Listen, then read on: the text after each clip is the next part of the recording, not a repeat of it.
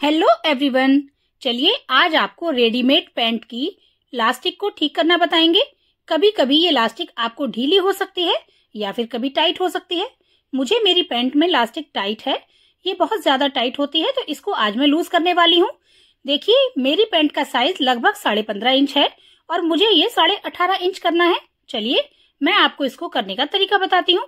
सबसे पहले आप अपनी पैंट को लास्टिक साइज नाप लीजिए। जैसे मेरा लगभग 15.5 से 16 के बीच आ रहा है, इसको अब मुझे इतना बढ़ाना है कि मेरा ये लगभग 18.5 इंच एक तरफ का हो जाएगा। तो इसके लिए मुझे ये सिलाइयां खोलनी होंगी। सबसे पहले हमें रेडीमेड पैंट में लगी हुई लास्टिक के ऊपर की सिलाई खोलनी होती है।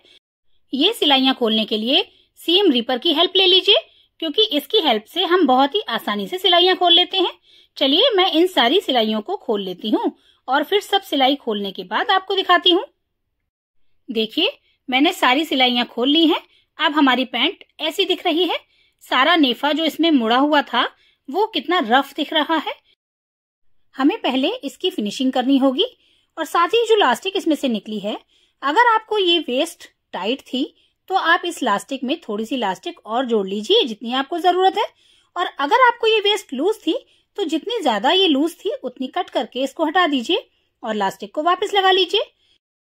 रेडीमेड कपड़ों की सिलाई के दौरान ये लास्टिक जो है बड़ी मशीनों से लगाई जाती है, लेकिन आप घर में छोटी मशीन से ये लास्टिक कैसे लगाएं, मैं आपको बहुत ही आसान तरीका बताने वाली हूँ। आप पूरा वीडियो ध्यान से देखिए। सबसे पहले हम इसकी फिनिशिंग कर लेते हैं। देखिए मैंने इसको आयरन कर लिया है और इसके जो एक्स्ट्रा धागे हैं उन्हें कट करके अलग कर देंगे। इस तरह कपड़े की फिनिशिंग करने से काम करना आसान हो जाता है और हमें सही तरीके से दिखाई भी देता है कि हम कितना कपड़ा काट के निकाल रहे हैं। गलती से कहीं पे कम या कहीं पे ज्यादा होने की संभावना नहीं रहती। इसीलिए कभी भी ऐसे सिकुड़े हुए कपड़े को यूं ही कट ना करें, पहले उसको आयरन जरूर कर लें। और अगर आपको ये लंबाई में भी ज्यादा थी तो जितनी लंबाई आपको ज्यादा थी उतनी लाइन लगा के उस लंबाई को भी कम कर दीजिए। मुझे लगभग आधा इंच ये पैंट लंबी होती थी, इसलिए मैंने आधा इंच के लगभग कपड़ा काट के अलग कर दिया है। ऐसा करने से हमारे कपड़े में अच्छी फिनिशिंग भी हो गई है। चलिए अब इसको हम पहले नेफा मोड़ के सिल लेते हैं, क्योंकि रेडीमेड कपड़े की तरह हमें साथ में लास्टिक नहीं जोड़नी है। हमें पहले नेफा तैयार करना है जैसे हम घर में सिलते हैं। नेफा सिलने के लिए आपने जो नाप है, जैसा कि 2 इंच का नेफा हमें लेना है। 2 इंच कपड़ा लेने के बाद उसके अंदर थोड़ा सा मोड़ते हुए सही तरीके से सिलाई लगा दीजिए किनारे पे। ऐसे ही पूरा नेफा सिल के तैयार कर लीजिए। सिलते समय ध्यान रखें मार्जिन हम एक सा लेके चलेंगे, बराबर रहना चाहिए। जब हम एंड में आएंगे तो लगभग 1 से 1.25 इंच हमें खुला रखना है। इसे थोड़ा सा खुला रखते हुए सिलाई बंद कर देते हैं और मशीन से कपड़ा बाहर निकाल लेते हैं। अब इस होल से हमें अपनी लास्टिक को अंदर डालना है। ध्यान रखिए लास्टिक एक जैसी सीधी ही पड़नी चाहिए, कहीं पर लास्टिक घूम के ना जाए। अगर आप इस पुरानी लास्टिक को ही डाल रहे हैं तो इसमें आप लास्टिक को जोड़ लीजिए, लेकिन क्योंकि इसकी क्वालिटी अच्छी नहीं लग रही है, मैं अपने लिए एक नई लास्टिक डाल रही हूँ। आप जैसा चाहें वैसा कर सकते हैं।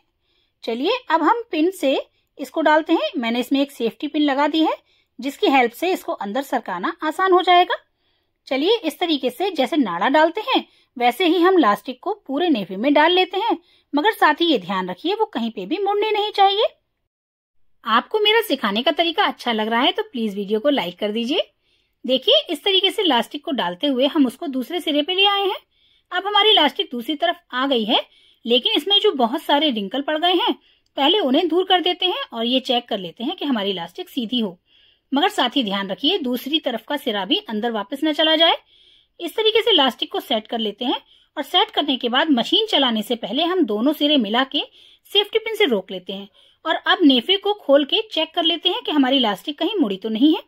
देखिए ऐसा करने से हमें बार बार मशीन की सिलाई नहीं खोलनी पड़ेगी। अब ये हमारी लास्टिक सही जुड़ी है, तो अब हम सेफ्टी पिन खोल लेते हैं और आप चाहें तो इसे ऐसे ही जोड़ के सिल सकते हैं, लेकिन मेरे हिसाब से ये तरीका गलत होता है, तो मैं लास्टिक को एक के ऊपर एक सिरा रख के जोड़ना ही सही समझती हूँ। उससे हमारी लास्टिक का कहीं पर भी मोटा गट्ठर जैसा नहीं बनता है और वो प्लेन लास्टिक बनती है, जिसपे कि जब हम फिनिशिंग वाली सिलाइयां चलाते हैं उन्हें चलाने में भी हमारी सुई को कोई प्रॉब्लम नहीं होती है। वरना जब ये मोटा गट्ठर बन जाता है तो हमारी सुई कई बार टूट भी जाती है।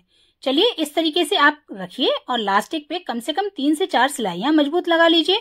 ऐसा करने से लास्टिक खुलने का डर नहीं रहता और हमारी लास्टिक मजबूती से जुड़ जाती है। अब धागे को काट दीजिए और नेफे को टाइटली खींचिए।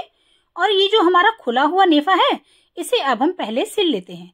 देखिए, जैसे हमने ये मशीन से निकाला था उसी तरीके से रखेंगे और इस किनारे वाली सिलाई को पूरा कर देंगे। साथ ही ध्यान रखिए, इलास्टिक इसके नीचे दबनी नहीं चाहिए।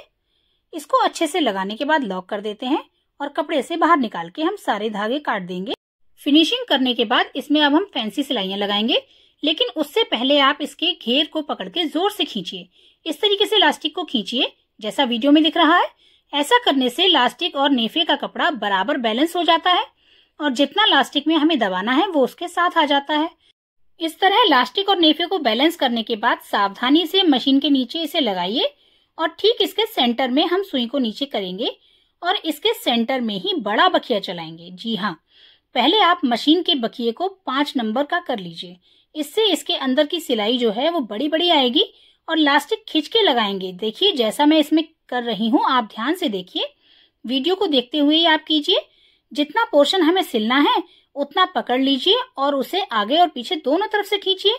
फिर मशीन रोक लीजिए और अगले स्टेप में फिर से उस कपड़े को खींचिए, फिर मशीन चलाइए। ऐसा करते हुए थोड़ा थोड़ा रुकते जाइए और सिलते जाइए। ऐसा करके आप पूरे घेर में सिलाई लगा लीजिए। आप चाहें तो रेडीमेड की तरह एक एक सिलाई और लगा लीजिए। अगर आपको हमारा सिखाने का तरीका पसंद आया है तो प्लीज वीडियो को लाइक और शेयर कीजिए। कोई मशवरा देना चाहते हैं तो कमेंट करिए और हमारे चैनल पे पहली बार आए हैं तो प्लीज सब्सक्राइब करके बेल आइकन ऑन कर लीजिए। मिलते हैं